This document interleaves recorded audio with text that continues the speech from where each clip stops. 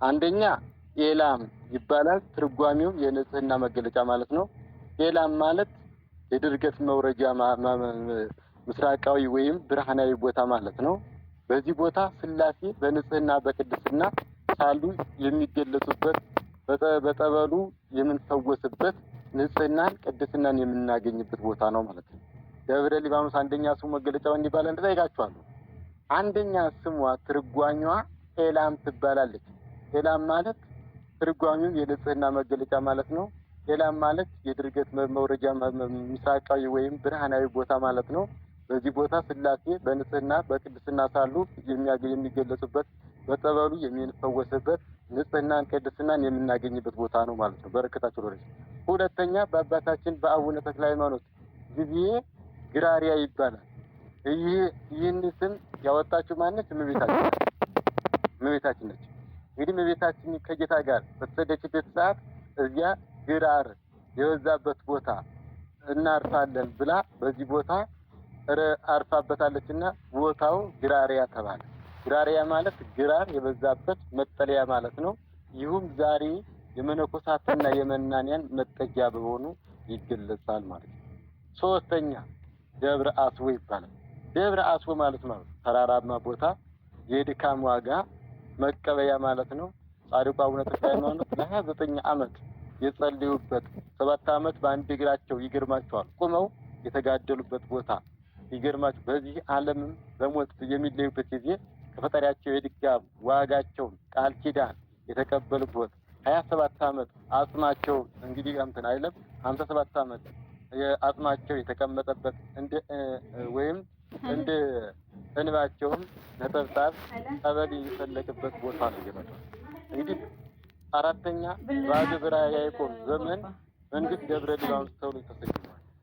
ደብረ ሊባኖስ አቡነ ተክለ ሃይማኖት አንድነት ገዳም በማሳተም የተነሳበት ምክንያት አሁን በፊት በሌሎች የታተመው ገድል በገዳሙ ውስጥ ከሚገኘው ጥንታዊ ብራና ገድል ላይ የሚገኘው ወይም ታክቶ ስለታተመ ይህም ተካቶ ስለታተመ ማካተት ገዳሙ በራሱ ስም ለማሳተም በወቅታማኑ እንግዲህ የተወለዳችሁ ህዝበ ክርስቲያን ሆይ ይህን በግዕዝና አማርኛ ገዳሙ ያሳተመውን የአባታችን የአቡነ ተክለ ሃይማኖት ገድል እያነበባችሁ በጸሎት ተጠቀሙበት ዘንድ አሳትሞ ሲያቀርብ ከመንፈሳዊ ደስታ ጋር ነው።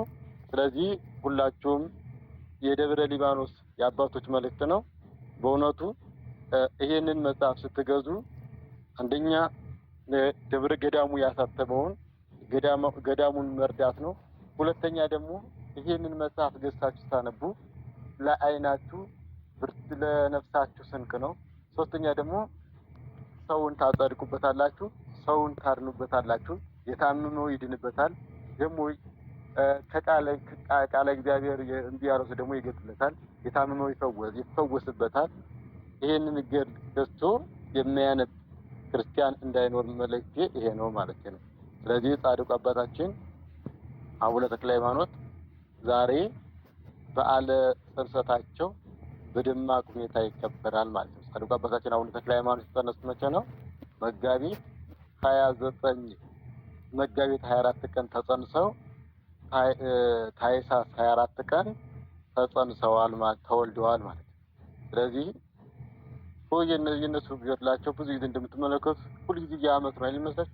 የዓመት ነው በእውነት የዓመት ነው። ሁሌ ትንሽ ወራት ነው የሚጠቀም እንጂ አሁን ምሳሌ መጋቢት የዓመት ነው።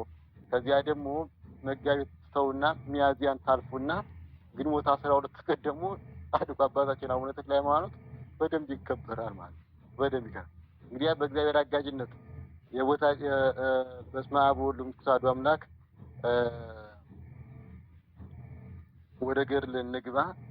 ስለሚበዛባችሁ እንቁረጠው ግማሹን። አሁን ወደ ገድል እንገባው። አሁን መቀጣት ይችላል። እንግዲህ በስመ አብ ወወልድ ወመንፈስ ቅዱስ አምላክ አሜን። ወይምዝ መጽአ አባ ሰላማ ብሔረ አጋይት እንተ ይእቲ ሀገረ ኢትዮጵያ። እንግዲህ ምዕራፍ 6 ከዚህ በኋላ አባታችን ሰላማ ተመልሶ ወደ ኢትዮጵያ መጣ። ይሁን ጌታችን መድኃኒታችን ኢየሱስ ባረገ በ335 ዓመተ ምህረት አብርሃና አዝራ በነገሱበት ዘመን ማለት ነው። አባ ሰላማን አስቀድሞ ከነበረም ዘንድ ደረሰ አጥምቆ ዲቁና የሾመው በነጋውም ቅስና ሾመው ስሙንም ለውጦ ሕዝበ ቅዱስ ብሎ በሰየመው ስሙ ሁሉ እንግዲህ አንበረበት የስልጣን ሹመት ከሱ ተሾሞ ሰውን ሁሉ አጠመቀ፣ ወንጌልን አስተማረ።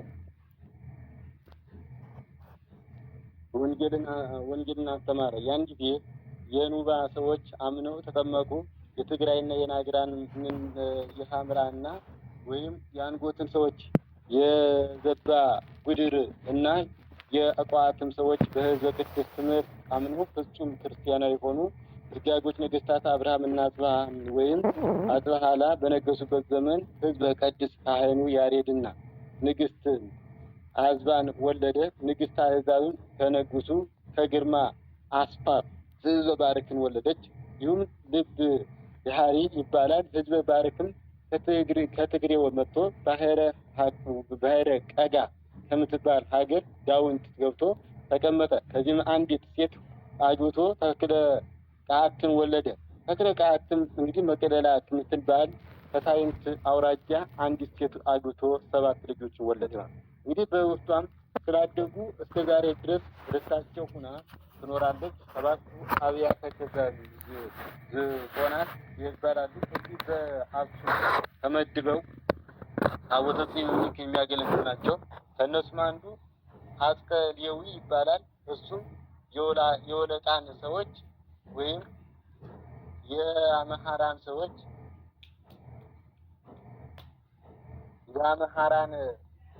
ይገርማቸዋል። የመንዝና የመርሃቤቱን ሰዎች አስተምሮ ያጠመቀ።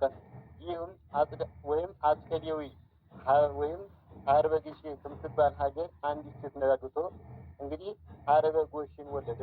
ሀርበ ጎሽም እንግዲህ ይግና መስቀልን ወለደ። ይግና መስቀልን ይግና ዳዊትን ወለደ። ይግና ዳዊትን ዘልዑልን ወለደ። ዘልዑልም ሚናስን ወለደ።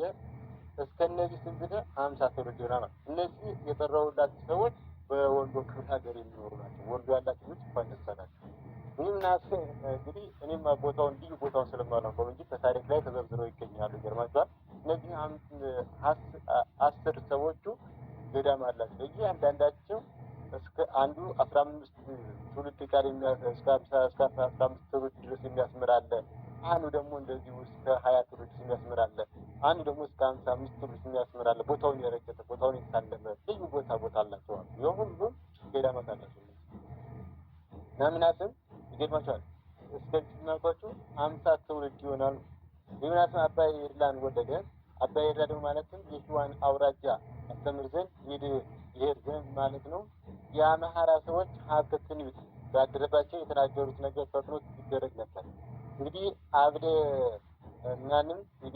አብደናንም ንጉሱ ድናግን በሸዋ የሚኖረውን ሕዝብ ሁሉ ያስተምር ዘንድ በወንበር ይገርማችኋል። በወንበር ተሾመው ከክብሩ 150 ካህናት ጋራ ወደ ሸዋ ሹሙን ሰድደው ይላል። ስለእነዚህ ማለታቸው አብደ ወይም አበይደላይም ሸዋም በገቡ ጊዜ አብደይላ ስላልሽ ከምትባለው ቦታ ገብቶ ተቀመጠ ማለት። በውስጧም የሚኖረው ሰው ሁሉ እያስተማረ በአንድ ቀን 100,000 200,000 ያጠምቅ ነበር። በቀን ይገርማቸዋል። በዛን ጊዜ አህዛብ ነበሩና አሁን እነዚህም በካህናት ዘመን በሸዋ አውራጃ ብዙ አብያተ ክርስቲያናትን የተሰሩ ጽላትን ነዋየ ቅድሳትን በቤተ ክርስቲያን የሚነበቡ መጻሕፍትን ሁሉ በንጉሥ ትእዛዝ ከሳይንስ ሰውሰላት ሁሉም አይደለም ባሰብ ሳይንስ ሁሉም ከካህናቱ ጋር መጥተው ነበር። እንግዲህ አብደ ወይም አበይድላም በጥላልሽ አውራጃ ከዙራሬ ከምትባል ቦታ መጥቶ ከውስጥ ተቀመጠ። እንግዲህ በዚያችን ተደጋጋሚ ወገን አንድ ሴት አግብቶ ወይም ሀርቦ ግሽን ወለደ። ይህም ሕይወት ብነ ጽዮን ነው። ይገርማቸዋል። ሕይወት ብነ ጽዮንም በኩረ ጽዮን ወለደ። ይህም ሀበነ እግዚእነ ማለት ነው። በኩረ ጽዮንም ሕዝበ ቅዱስን ወለደ። ይህም ነገደ እግዚእ ነው። ሕዝበ ቅዱስም አቃቤነ እግዚእን ወለደ የሚባል ብርሃነ መስቀል ወለደ። በዚህም ወራት በድልዓዝም ዘመን እንግዲህ በድልዓዝ ዘመን ንጉሠ ጊዜ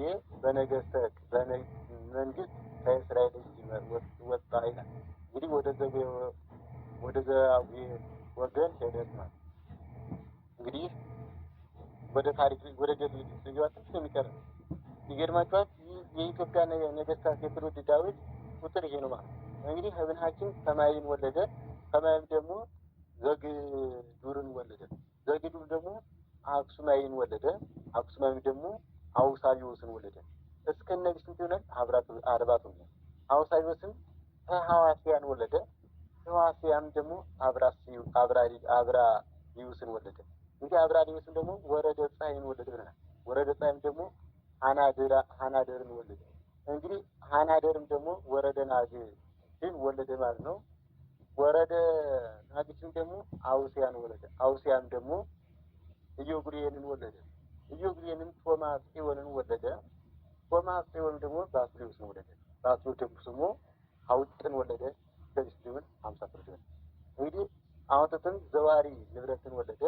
ዘዋሪ ንብረትን ሰይፎይን ወለደ። ሰይፎይ ደግሞ ርምሃይን ወለደ። ርምሃይም ደግሞ አኔዴን ወለደ። አኔዴም ደግሞ ሳፋያልን ወለደ። ሳፋሊያንን ወለደ። ሳፋሊያን ደግሞ አግልኦንን ወለደ። አግልኦንም ደግሞ በሐዋልን ወለደ። በሐዋልም ደግሞ ወሪስን ወለደ። ወሪስም ደግሞ ማሲን ወለደ። ማሲም ደግሞ ናኬልን ወለደ። ይላል እስከነዚህ ስርዓት ትውልድ ይሆናል ማለት ነው። እስከነዚህ ትውልድ እንግዲህ ወደ አባታችን ተገድል ዝግባትን ይገምገራል። እንግዲህ ይሄን በኢትዮጵያ ነገስታት ሆነው የነበሩ ናቸው። ናኬልን ደግሞ ባዚንን ወለደ። ክብር ምስጋና ይግባውና ጌታችን ኢየሱስ ክርስቶስ በዘመኑ ተወለደ ነው። እንግዲህ ባዚን በነገሰ